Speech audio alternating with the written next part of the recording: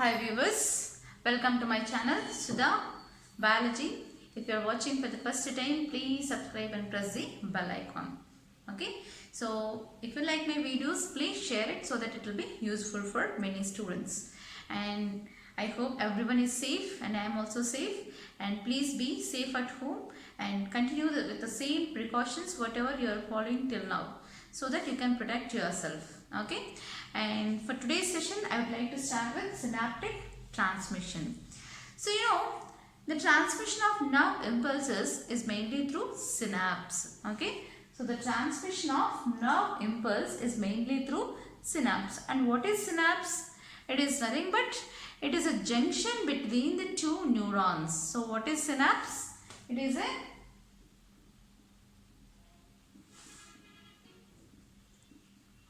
junction between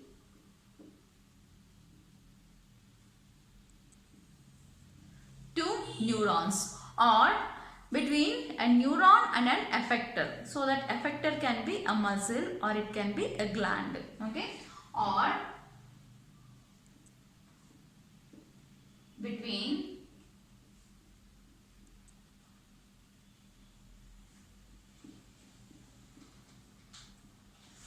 a neuron and an effector, or a junction between two neurons, or a junction between a neuron and an effector.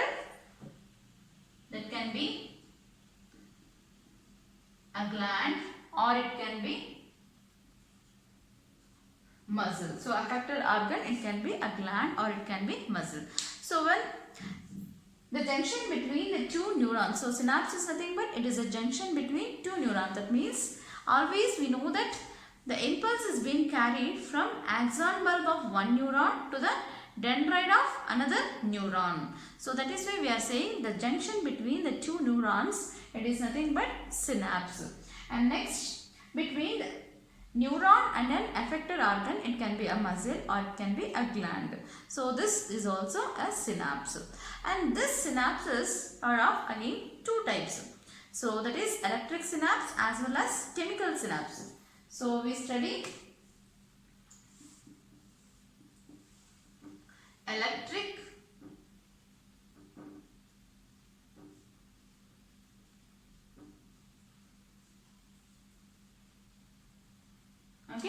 So there are two types of synapse based upon the transmission of nerve impulse, electric synapse as well as chemical synapse.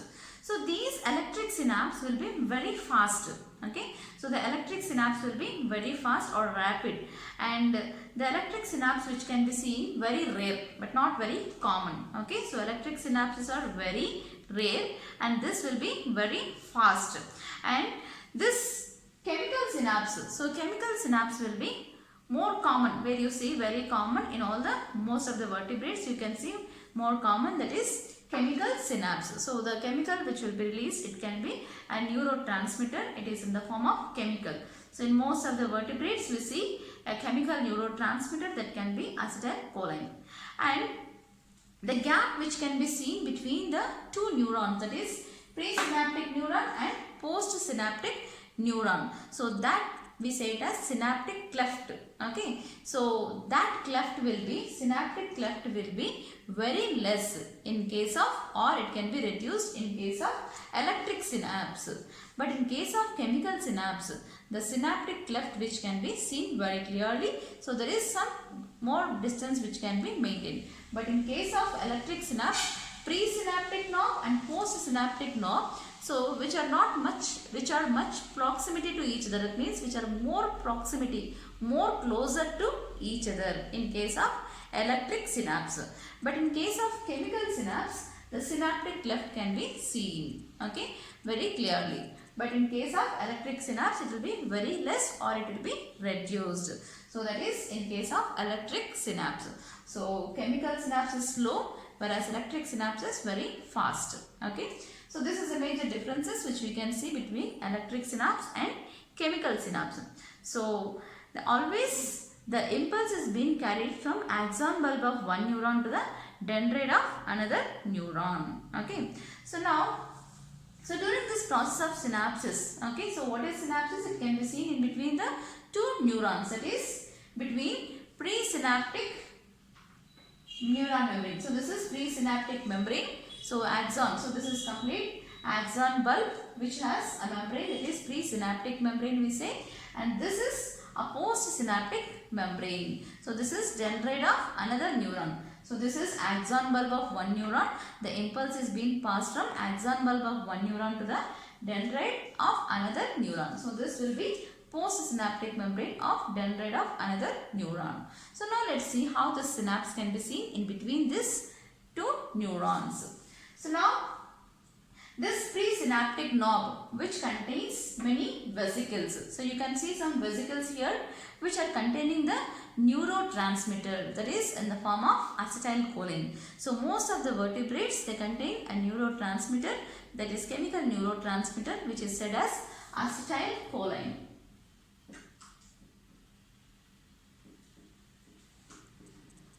Okay.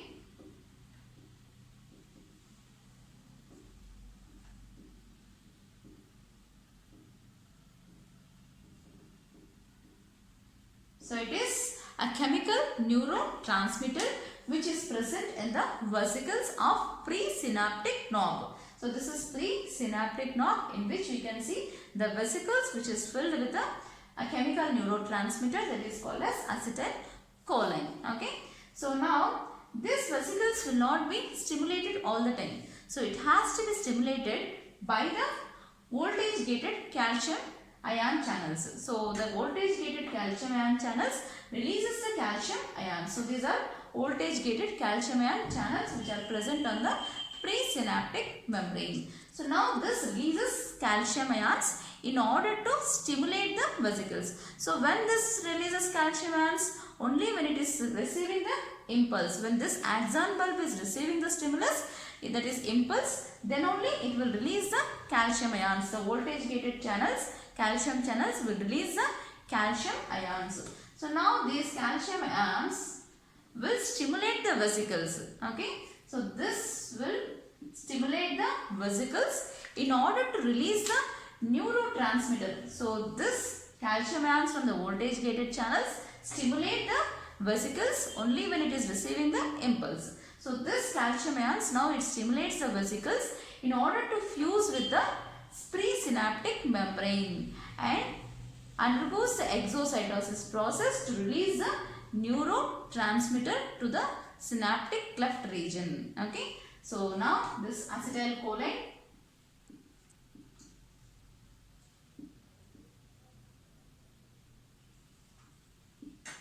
is released. So this acetylcholine has been released from the synaptic vesicles through exocytosis process. So through which process? That is exocytosis. Okay. So endocytosis is taking in, but it is exocytosis which is occurring in the presynaptic membrane. So through which it is being releasing this acetylcholine into the synaptic cleft region. So that is the gap which is present between the two neurons. We say it as synaptic cleft. Okay. And now this acetylcholine which has been released here, now which goes and binds to the receptors which are present on the postsynaptic membrane. So this is a postsynaptic membrane which is containing the receptors. So now this acetylcholine binds to the receptors,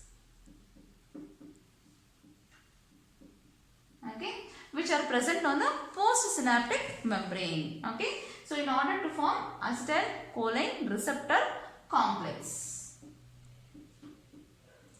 Okay. So once it binds to the receptors, once acetylcholine binds to the receptors and it forms a complex, acetylcholine receptor complex, and now here you can see the generation of action potential, where you can see the release of sodium ions towards the inner side from these channels. So from this ligand gated channels which releases the sodium ions towards the inner side of the membrane, and potassium ions, okay, sodium ions towards the inner side and potassium ions towards the outer side, and changes the membrane potential, and which seen here as depolarization condition can be seen after the formation of acetylcholine receptor complex. So it creates a depolarization state on the postsynaptic membrane. So that is how the impulse is being passed from presynaptic neuron to the postsynaptic neuron part of the membrane. So that is how the impulse is being passed from presynaptic membrane to the postsynaptic membrane, that is of dendrite of postsynaptic membrane. And now, so there is a creation of depolarization state which can be seen by the release of more sodium ions towards the inner side and less potassium ions towards the outer side of the membrane, that is postsynaptic membrane. And now the acetylcholine, it is present more in the synaptic cleft region. So if acetylcholine is present more in the synaptic cleft region, it creates more impulses. Okay, it generates more impulse on the postsynaptic membrane. So now this acetylcholine will not be staying again here for longer period of time. So there is a special enzyme which is present in this region, that is in the synaptic cleft region. There is splitting of acetylcholine takes place in the presence of enzyme, that is acetylcholine esterase. Okay, so this acetylcholine in the presence of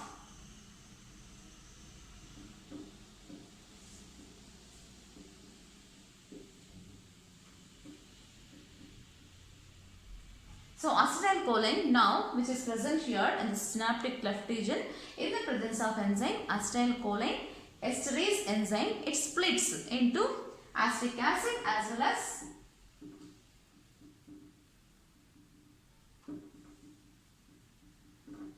choline. Okay, so now this acetylcholine, now it splits in the presence of acetylcholine esterase, and now the remaining, so acetylcholine plus esterase which are being splitted here in the form of acetylcholine when it has been splitted in the presence of acetylcholine esterase as acetic acid as well as choline. So this moves again back to the presynaptic knob. So this is again coming back to the presynaptic knob, which led to the formation of vesicles again. So that is how the acetylcholine, after splitting, it goes back again to the presynaptic knob to form a neurotransmitter in the vesicles.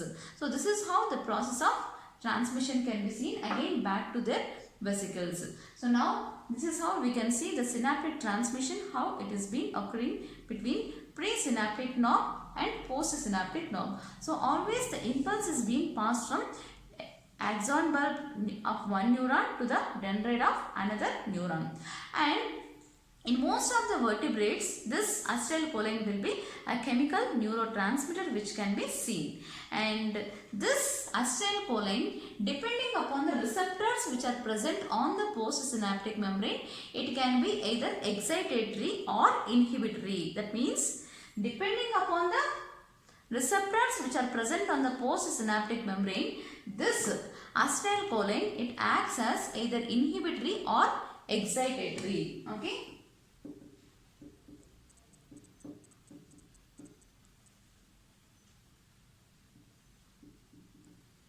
Okay, so depending upon the receptors which are present on the postsynaptic membrane, this acetylcholine, it acts as either inhibitory or excitatory. Okay, so this acetylcholine, it may act either as inhibitory or excitatory depending upon the receptors which are present on the postsynaptic membrane. So excitatory means it generates the depolarization state on the postsynaptic membrane. So it changes the membrane potential, and after passing the impulse, the depolarization condition can be seen on the postsynaptic membrane. So that is excitatory condition which can be seen. And what is inhibitory condition? Inhibitory state means it is inhibiting the action potential. It is inhibiting the membrane potential change. So that is means it is undergoing hyperpolarization condition. Excitation means it is going for depolarization state, whereas inhibitory means it is going for hyperpolarization state. That means from minus 70 millivolts to minus 90 millivolts, the membrane potential will be changed. Okay, so inhibitory means it is going to hyperpolarization state, whereas excitatory means it is going for depolarized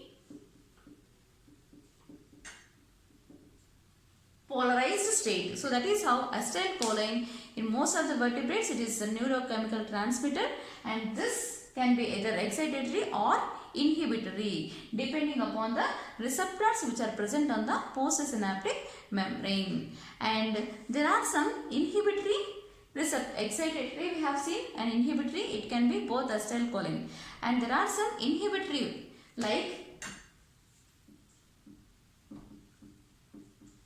GABA. Okay, so that is gamma amino butyric acid. Amino